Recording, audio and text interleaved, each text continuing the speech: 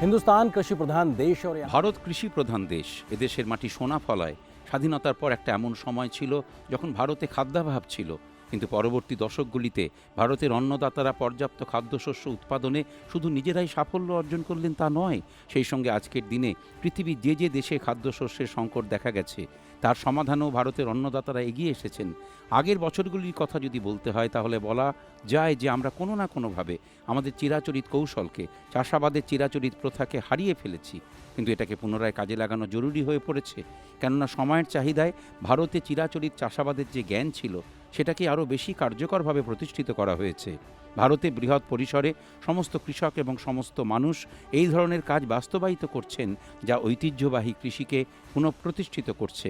তৃণমূল স্তরেও পরিবর্তন দেখা যাচ্ছে। যারা এই ধরনের কাজ করে যাচ্ছেন সরকার তাঁদের সম্মানিত করছে এবং তাঁদের পদ্ম পুরস্কার দেওয়া হচ্ছে। এরা হলেন আমাদের পদ্ম। নমস্কার, আমি আপনাদের সঙ্গে আছি আর্যেন্দ্র।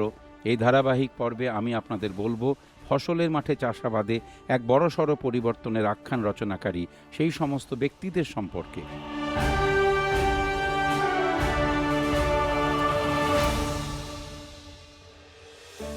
একটা সময় ছিল যখন মানুষ শুধুমাত্র মোটা খাবার খেতেন, মোটা কাপড় পরতেন, অর্থাৎ খাদি কাপড় পরতেন, আজ বাজরার মতো মোটা শস্যের খাবার খেতেন।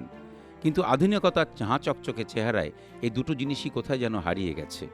কয়েক দশকের সমস্যা সংকুলতার পর আজ বিশ্ব পুনরায় ভারতের মোটা দানার শস্যের শক্তিকে স্বীকার করতে শুরু করেছে। আর চলতি বছরকে তো ভারতবর্ষে মিলেটস ইয়ার বা মোটা দানার শস্যের বছর হিসেবে উদযাপন করা হচ্ছে। এই মোটা দানার শস্য শুধুমাত্র মানুষের পাচনতন্ত্র থেকে সার্বিক স্বাস্থ্যের পক্ষে সবচেয়ে অনুকূল হয় না, একই সঙ্গে এর উৎপাদন প্রকৃতিরও সবচেয়ে কম ক্ষতি করে থাকে।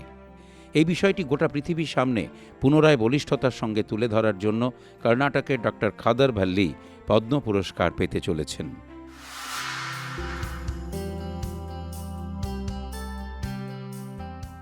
কর্ণাটকের মহীশূরের ডক্টর খাদর ভাল্লি, যিনি বিগত ২০ বছর ধরে দেশে মোটা দানার শস্য বাজরা পুনরুৎপাদনের জন্য প্রয়াস চালিয়ে যাচ্ছেন, তিনি তার এই গুরুত্বপূর্ণ কাজের জন্য পদ্মশ্রী পুরস্কার পেয়েছেন। আজকের দিনে তিনি ভারতের মিলেট ম্যান নামে পরিচিত। পেশাগতভাবে একজন কৃষি বিজ্ঞানী, ডক্টর খাদর ভাল্লি মোটা দানার শস্যের ৫টি বিলুপ্ত প্রায় প্রজাতিকে সংরক্ষিত করে কৃষকদের এই মোটা দানার শস্য উৎপাদনে উৎসাহ জুগিয়ে গেছেন। ডক্টর ভাল্লি বিদেশে পড়াশুনো এবং চাকরি করেছেন, কিন্তু যখন গবেষণায় তিনি প্রমাণ পেলেন যে আমাদের খাওয়া দাওয়াতেই লুকিয়ে আছে বর্তমান সময়ের অসুখ বিসুখের কারণ, তখন দেশের মানুষকে ঠিকঠাক খাওয়া দাওয়ার মাধ্যমে সুস্থ থাকার মন্ত্র দিতে তিনি দেশে ফিরে এলেন। ನಮ್ಮ ಕೇಂದ್ರ ಸರ್ಕಾರ ನನಗೆ ಸಿರಿಧಾನ್ಯಗಳ ಕುರಿತು मैं केंद्र सरकार का आभार व्यक्त करता हूँ। मुझे पद्मश्री से सम्मानित करने के लिए प्रधानमंत्री को धन्यवाद देता हूँ। हमने बाजरा को श्रीधान्य के रूप में संदर्भित किया और अब केंद्र ने इसे वैज्ञानिक रूप से साबित कर दिया है कि यह स्वास्थ्य के लिए अच्छा है और बीमारियों को रोकने में मदद करता है। जब हम बाजरा को अपने दैनिक सेवन में शामिल करेंगे तो इससे किसानों को भी लाभ होगा। हमें गेहूं और अन्य अनाज के स्थान पर बाजरे पर जोर देना चाहिए, जो कि स्वास्थ्यवर्धक है। हमें श्रीधान्य का प्रचार करना चाहिए। हम पानी को संरक्षित कर सकते हैं और अन्य फसलों की खेती के लिए उपयोग कर सकते हैं, क्योंकि बाजरा कम पानी में उगाया जा सकता है और यह शुष्क क्षेत्रों में भी उगाया जा सकता है। इससे हम यह भी सुनिश्चित कर सकते हैं कि राज्यों के बीच नदी के पानी के बंटवारे को लेकर कोई विवाद न हो। बाजरा जीवन शैली से जुड़ी बीमारियों से पीड़ित लोगों के लिए स्वस्थ विकल्प के रूप में लोकप्रिय हो रहा है, चाहे वह मधुमेह, हृदय रोग हो या एलर्जी हो। इन स्वस्थ अनाजों के लाभों के बारे में जागरूकता से इसकी मांग बढ़ रही है। बाजरा रोग की रोकथाम और अच्छे स्वास्थ्य को बनाए रखने की दिशा में एक समाधान है। ಮೇಲೆ ಒತ್ತಡ ಕಮ್ಮಿ ಆಗೋದ್ರಲ್ಲಿ ಎರಡನೇ ಮಾತಿಲ್ಲ। ডক্টর খাদর ভাল্লি নিজের সংরক্ষিত ৫টি প্রজাতির শস্যকে শ্রীধান্য নামকরণ করেছেন। তিনি মোটা দানার শস্যের জন্য দেশজ কৃষি পদ্ধতিকে উৎসাহিত করেছিলেন। তিনি মনে করেন যে গম, চাল, দুধের পরিবর্তে ভারতীয়দের ঐতিহ্যবাহী খাবার খেয়ে খুব ভালো রকম সুস্থ থাকা যায়, যেখানে মোটা দানার শস্য ছিল অন্যতম। इस साल डॉक्टर वल्ली जी को भारत सरकार ने पद्म श्री दिया है। वो भी पद्म श्री उन्होंने मोटे अनाज को किसानों में प्रोत्साहित किया कि किसान इसकी खेती करें। हाँ, आज देश को मोटे अनाज की बहुत बड़ी मांग है, खास तौर पर जो हमारे छोटे, लघु एवं सीमांत किसान हैं, ये उनकी आमदनी बढ़ाएगा, उनके जीवन में खुशहाली लाएगा। মিলেট বা বাজরা হলো মানুষের কাছে পরিচিত প্রাচীনতম খাবার। খ্রিস্টপূর্ব ৩০০০ অব্দে সিন্ধু উপত্যকার মানুষের খাদ্য তালিকায় বাজরা অন্তর্ভুক্ত ছিল। এখন বিশ্বে যে প্রজাতিগুলি চাষ হয় তার অনেকগুলি আগে ভারতে চাষ করা হতো। যজুর্বেদেও মোটা দানা বাজরার উল্লেখ আছে, কিন্তু নগরায়ন ও শিল্পায়নের পাশাপাশি বেশি মাত্রায় ধান ও গম চাষের কারণে তাদের গুরুত্ব ও চাষাবাদ কমে গেছে। মোটা দানার বাজরা চাষে লাগে কম জল, কম সার এবং পুষ্টি ও স্বাস্থ্যের জন্য এটি খুবই উপকারী। এগুলি গ্লুটেন মুক্ত, অ্যালার্জেনিক নয়, অ্যান্টিঅক্সিডেন্ট অর্থাৎ মোটা দানা শস্যের মধ্যে রয়েছে বিশ্বের খাদ্য সমস্যা এবং স্বাস্থ্য সংক্রান্ত সমস্যার সমাধান। ভারতের মিলেটম্যান ডক্টর খাদর ভাল্লিকে পদ্মশ্রী পুরস্কার প্রাপ্তির জন্য আন্তরিক অভিনন্দন।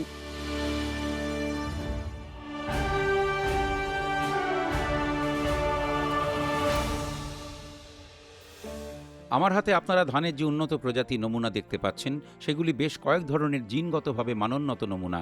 এর মানে হলো মূলত দেশীয় প্রজাতির নমুনা হলেও এতে বেশ কয়েকবার পরিবর্তন আনা হয়েছে, তারপরে এই ধরনের ধানের নমুনা তৈরি করা হয়।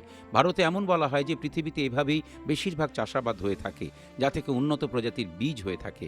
কিন্তু এর বেশ কিছু ত্রুটিও দেখা যায়। এর মধ্যে আমরা এর দেশীয় বৈশিষ্ট্য হারিয়ে যেতে দেখি। তবে ভারতে এমন সমস্ত অন্নদাতা আছেন, ভূমিপুত্র আছেন, যারা আমাদের দেশীয় বৈশিষ্ট্য সংরক্ষণের জন্য দশকের পর দশক দীর্ঘ সময় ধরে কাজ করে চলেছেন। এমনই একজন কৃষক কেরলের সি রামন। তিনি ধানের কয়েক ডজন দেশীয় নমুনাকে সংরক্ষণ করার জন্য কাজ করেন, আর সরকার তাঁর সেই কাজের জন্য তাঁকে পদ্মশ্রী পুরস্কারে সম্মানিত করছেন।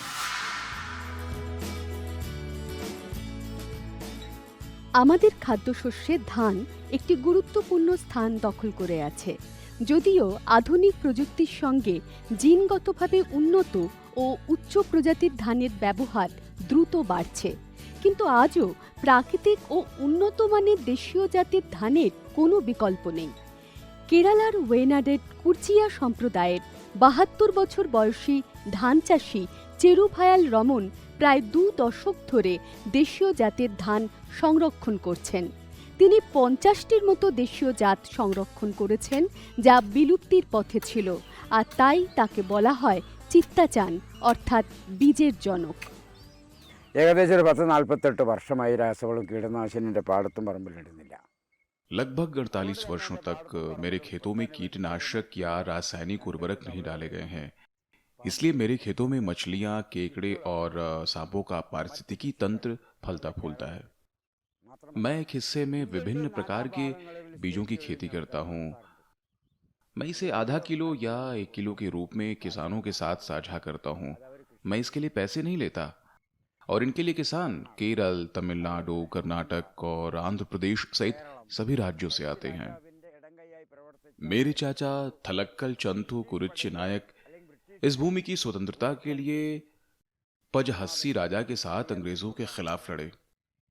मैं भी अपने परदादा की परंपरा के अनुसार अपने जीवन को जहर और मिट्टी के क्षरण से बचाने के लिए संघर्ष के रूप में मानता हूं। मेरा संदेश दुनिया भर में पहुंच रहा है। मेरा मानना है कि हर भारतीय को इसमें गर्व होना चाहिए। इसलिए चुनौतियों के बावजूद मैंने अपने मिशन में आगे बढ़ने का फैसला किया है। वायनाड की 55 स्वदेशी धान की नस्लों की बुवाई और संरक्षण कर रहा हूं। उन्हें विविध फसल चक्र मिले हैं। സൃഷ്ടികളാണ് ഇതൊക്കെ. അത് ഏതാണ്ട് ഒരു 55ഓളം നെൽവിത്തുകൾ ഞാൻ കൃഷി സംരക്ഷിക്കുന്നു। 10 বছর বয়স থেকেই কৃষির সঙ্গে যুক্ত চেরুভায়াল রমন সম্পূর্ণ ঐতিহ্যবাহী এবং পরিবেশ বান্ধব রাসায়নিক মুক্ত পদ্ধতিতে ধান চাষ করেন। তিনি যে সমস্ত দেশীয় প্রজাতি সংরক্ষণ করেন তার মধ্যে চেন্নেলু, থন্ডি, ভেলিয়ান, কাল্লাদিয়ারান, মান্নু, ভেলিয়ান, চেম্বাকাম, চৈনলাল থন্ডি, চেট্টুভেলিয়ান, পালিয়ানালিয়ান এবং কানালি ওয়েনাড ব্যাপক জনপ্রিয়। তার এই কাজের জন্য চেরুভায়াল দেশ ও বিদেশেও ব্যাপক পরিচিতি পেয়েছেন এবং বেশ কয়েকটি জাতীয় পুরস্কারও পেয়েছেন। केरला के एक किसान चेरुवेल जी को जो पद्मश्री के लिए चयनित हुए हैं, वे चावल की पुरानी किस्मों की खेती कर रहे हैं और साथ में प्राकृतिक रूप से इस खेती को कर रहे हैं। आप देख रहे हैं कि हमारे देश में रासायन का पूरा जोर है। जो खेती हो रही है उसमें रासायन का प्रयोग ज़्यादा हो रहा है, साथ में कीटनाशक दवाइयों का प्रयोग भी हो रहा है, जिससे हमारे खाद्यान्न में रसायन का अंश आ रहा है, जिससे लोग भी बीमार हो रहे हैं, क्योंकि जो उत्पादन है वो स्वास्थ्यवर्धक नहीं है। हमारे किसान चेरुवेन जी ने इसको सुधारा है, प्राकृतिक रूप से ये चावल की खेती की है, तो इसके लिए सरकार ने उनको पद्मश्री के लिए चयनित किया है। सरकार का बहुत बहुत धन्यवाद कि भारत के एक ऐसे किसान को आपने चयनित किया है। 1500 থেকে 800 খ্রিস্টপূর্বাব্দ থেকেই ধান চাষ হয়ে আসছে এবং যজুর্বেদেও এর উল্লেখ পাওয়া যায়। ভারতে বিশ্বের সবচেয়ে বেশি ধান উৎপাদন হয় এবং বিশ্বের চতুর্থ বৃহত্তম চাল রপ্তানিকারক এই দেশই। এবং চেরুভায়াল রমন দেশে দেশীয় প্রজাতির ধান সংরক্ষণ করে বেশ ভালো কাজ করেছেন। ধান চাষী চেরুভায়াল রমনকে পদ্মশ্রী পুরস্কার প্রাপ্তির জন্য আন্তরিক অভিনন্দন।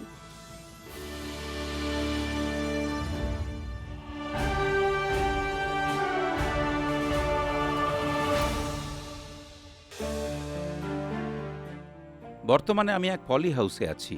পলি হাউস হলো এমন একটি জায়গা যেখানে তাপমাত্রা নিয়ন্ত্রণ করে ফসলের বিভিন্ন ধরন বা প্রজাতির বীজ তৈরি করা হয় এবং সারা বিশ্বে পলি হাউসের চাহিদা খুব দ্রুত বৃদ্ধি পেয়েছে, বিশেষ করে জৈব চাষের জন্য, যেখানে তাপমাত্রা নিয়ন্ত্রণের প্রয়োজন রয়েছে। ভারতেও জৈব চাষ নিয়ে অনেক কিছু কাজ হয়েছে। সিকিম ভারতের একমাত্র রাজ্য যেখানে সম্পূর্ণভাবে জৈব চাষ হয় এবং সেখানে কোনো রাসায়নিক চাষ হয় না। এটা শুধু সিকিমের জন্যই সম্মানের বিষয় নয়, ভারতের জন্য গর্বের বিষয়। কিন্তু শুধু এত বড় একটা সাফল্য অর্জনের জন্য যারা সারা জীবন সমর্পণ করেছেন, তুলারাম উপ্রেতি সেই সব মানুষদের একজন, যার অক্লান্ত পরিশ্রমের ফলে এবার তাঁকে পদ্ম সম্মান দেওয়া হচ্ছে।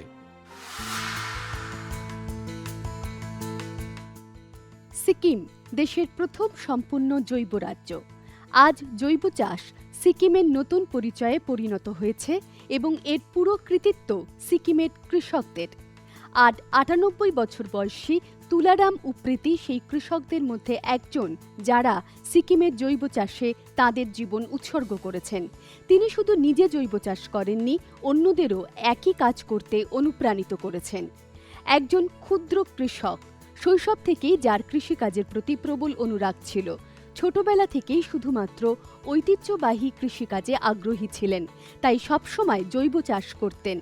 ভালো ফসল ফলানোর জন্য উপ্রেতি চাষে অনেক নতুন বিষয় উদ্ভাবন করেছেন। জৈব চাষের পাশাপাশি পরিবেশ রক্ষার জন্য প্রাকৃতিক চাষও গ্রহণ করা হয় এবং তার প্রচেষ্টা প্রায় 6 দশক আগে শুরু হয়েছিল, যখন সিকিম সরকার এমনকি জৈব মিশনও শুরু করেনি। তুলারাম উপ্রেতি কোনো রাসায়নিক সার ব্যবহার না করে ঐতিহ্যগত পদ্ধতিতে সারা জীবন ধরে একজন সফল কৃষক হিসাবে প্রমাণিত হয়েছেন। मैंने कभी भी खेती में रसायन का प्रयोग नहीं किया है। हमेशा गाय भैंस का मल ही प्रयोग किया है। मैं रसायन का प्रयोग करने से दूसरों को भी मना करता हूँ। भारत सरकार ने मुझे जो सम्मान दिया है वो मेरे लिए बहुत बड़ा सम्मान है। मुझे लगता है कि यह सम्मान सिर्फ मेरा नहीं बल्कि इस जमीन का भी है। देश में जितने भी किसानों को यह सम्मान मिला है, मैं सबके लिए बहुत खुश हूँ। मुझे पद्मश्री मिलने से सभी लोग बहुत खुश हैं।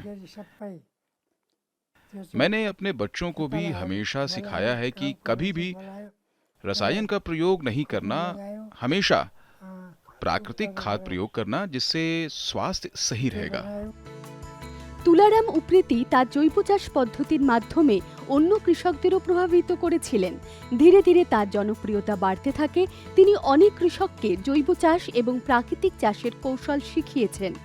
আজ তুলারাম উপ্রেতির মতো কৃষকদের কঠোর পরিশ্রমের ফল হল সিকিম কৃষির ক্ষেত্রে রাসায়নিকের উপর নির্ভরতা শেষ করেছে এবং সিকিম জৈব চাষে দেশের শীর্ষস্থানীয় হয়ে উঠেছে।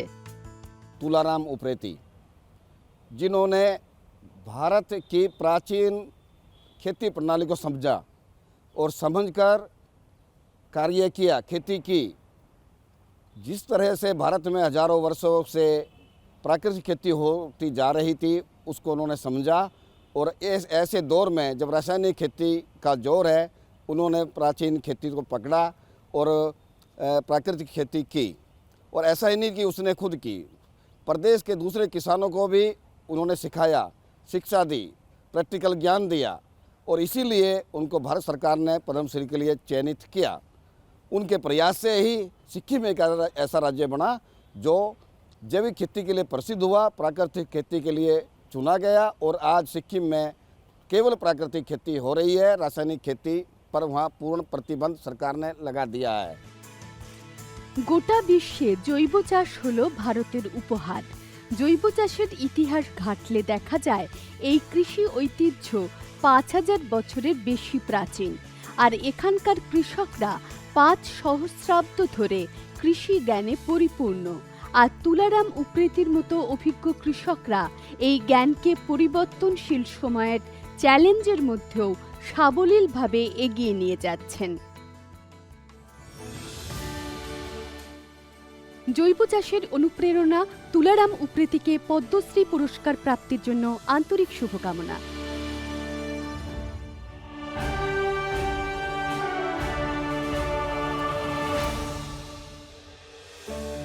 আজকের সময়ে বলা হয় যে দেশে সবচেয়ে বেশি হাসপাতাল এবং ডাক্তার আছে সেটা সেই দেশের সমৃদ্ধিকে প্রদর্শন করে। কিন্তু সেই অবস্থার কথা ভাবুন যেখানে মানুষের চিকিৎসার জন্য হাসপাতাল ও ডাক্তারের প্রয়োজনই হয় না। হ্যাঁ, একটা সময় ছিল যখন ভারত দৈনন্দিন জীবনে ঐতিহ্যবাহী ভেষজ সামগ্রী ব্যবহার করত এবং ঔষধি গাছ দিয়ে নিজেকে সুস্থ রাখত। কিন্তু সময়ের সাথে সাথে যা পরিবর্তিত হয়েছে তা আজ সবার সামনে আছে। আজ সেই একই প্রাকৃতিক জ্ঞানের প্রয়োজন যা সমগ্র মানবজাতির জন্য প্রয়োজনীয়। এই ধরনের ঔষধি গাছ সংরক্ষণ করা এবং সেগুলি চাষে উৎসাহ প্রদানের মাধ্যমে মানুষকে সচেতন করার জন্য ওড়িশার পাতায়াত সাহু পাচ্ছেন পদ্ম সম্মান।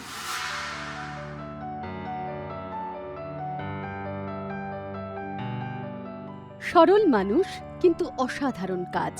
তিনি হলেন উড়িষ্যার কালাহান্ডি জেলার নান্দোল গ্রামের পাতায়াত সাহু, যিনি প্রায় 1.5 একর জমিতে 3000টিরও বেশি ঔষধি গাছ লাগিয়েছেন। শুধু তাই নয়, পাতায়াত সাহু তার ঔষধি গাছের একটি দস্তাবেজও তৈরি করেছেন। গত 40 বছর ধরে তিনি এই গাছগুলি সংগ্রহ করছেন।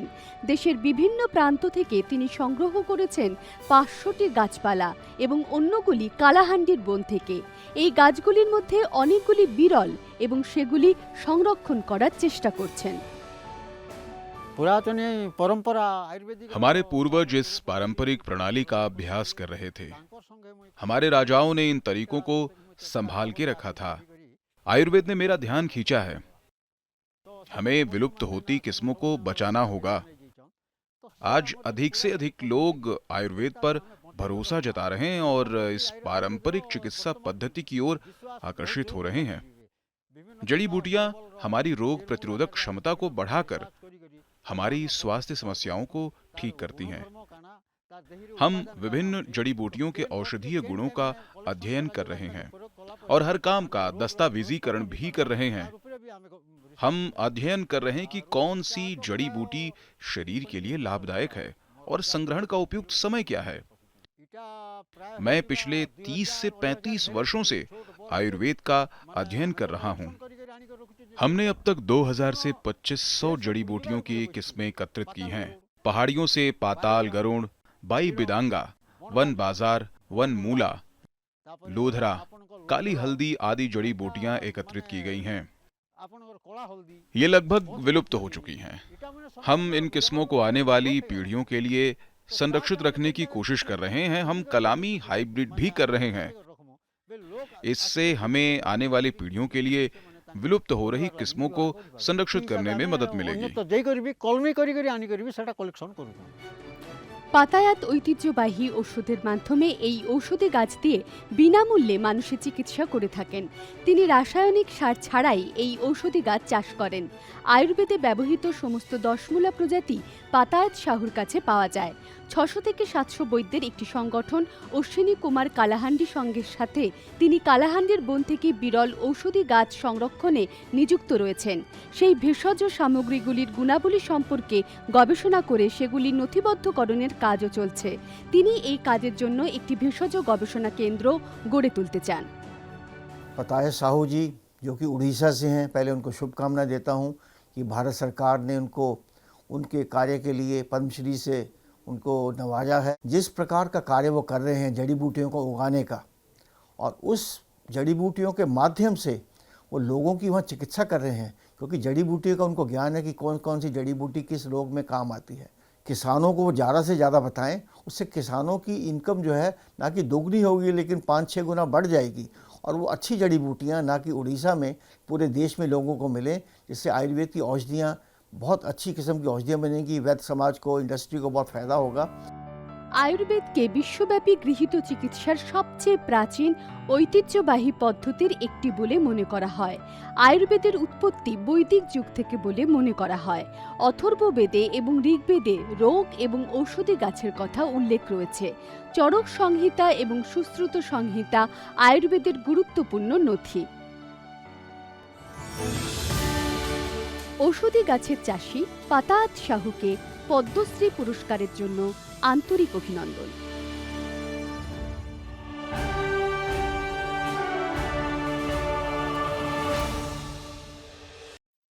বিশ্ব আজ পরিবেশগত ভারসাম্যহীনতার সমস্যার মুখোমুখি হচ্ছে, এবং এর সবচেয়ে বড় কারণ হল মানুষ প্রকৃতির সম্পদকে ভয়ঙ্করভাবে শোষণ করেছে, আর যার কারণে ভারতসহ বিভিন্ন দেশে জলের মতো প্রাকৃতিক সম্পদ নিয়ে যুদ্ধ শুরু হয়েছে। পৃথিবীর সব দেশেই প্রচুর জল ব্যবহার করা হচ্ছে এবং পৃথিবীর ওপর চাপ বাড়ছে, কিন্তু প্রকৃতি আমাদের প্রাকৃতিক চাষের মাধ্যমে এই সমস্যার সমাধান দিয়েছে। ভারতের প্রতিটি প্রান্তে না জানি কত মানুষ কয়েক দশক ধরে এই কাজে নিয়োজিত। এই ধরনের প্রাকৃতিক কৃষি নিয়ে সারা দেশে অনেক জায়গায় কাজ করছেন অনেকে। এরকমই জমির সঙ্গে যুক্ত এমনই একজন হলেন হিমাচল প্রদেশের নেক রাম শর্মা, যিনি প্রাকৃতিক চাষের জন্য সরকার থেকে পদ্ম পুরস্কার পাচ্ছেন।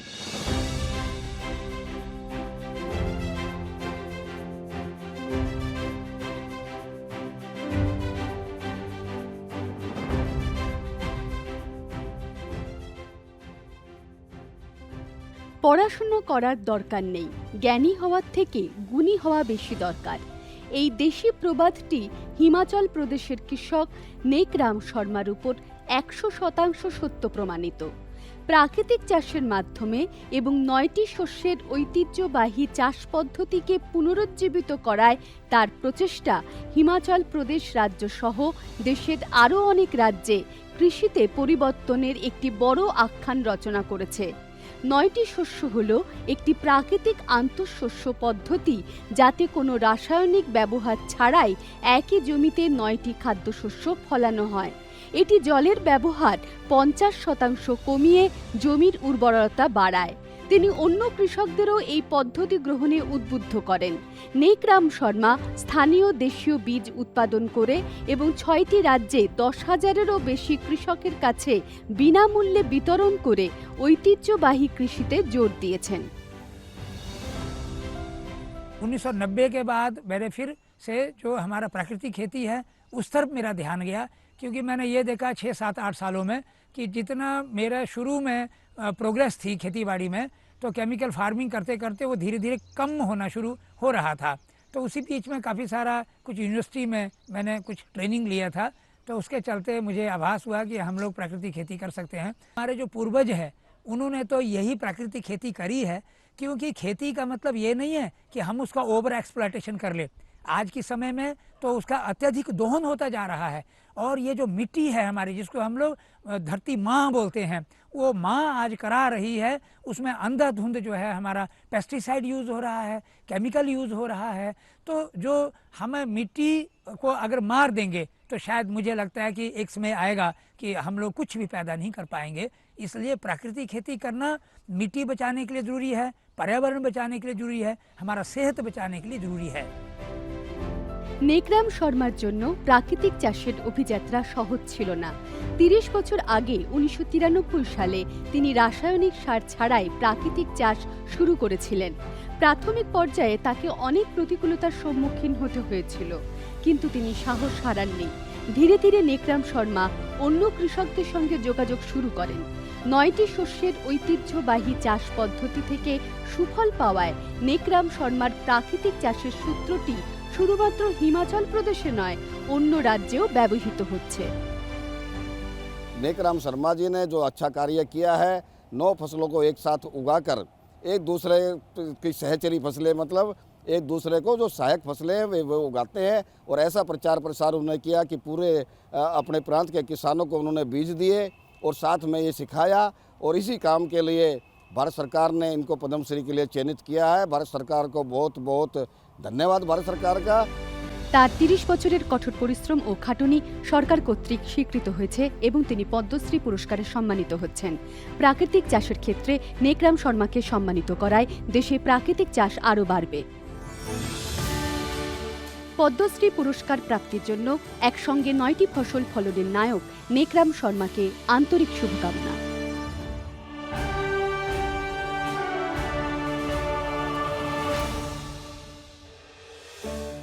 আপনারা তো দেখলেন, ভারতে কৃষিকে নিয়ে বহু শতাব্দী প্রাচীন চিরাচরিত ভাবনা সবসময় কার্যকর ছিল এবং চিরকালই থাকবে। বিজ্ঞানের নিক্তিতে এই ভাবনাকে যাচাই করা হয়েছে, কিন্তু প্রতি ক্ষেত্রেই এই ধরনের চাষাবাদ এবং আমাদের কৃষকদের প্রয়োগগুলি কার্যকর প্রমাণিত হয়েছে। তাই কৃষিকাজে তৃণমূল স্তরে ব্যাপক মাত্রায় সক্রিয় বড় ধরনের পরিবর্তন নিশ্চিত করা ব্যক্তিদের পদ্ম পুরস্কারে সম্মানিত করার আখ্যান আজকের পর্বে মোটামুটি এই পর্যন্তই। কিন্তু আমাদের পদ্ম এই ধারাবাহিক অনুষ্ঠান টানা চলতে থাকবে। আজ আমাকে এবং আমার গোটা টিমকে অনুমতি দিন। নমস্কার।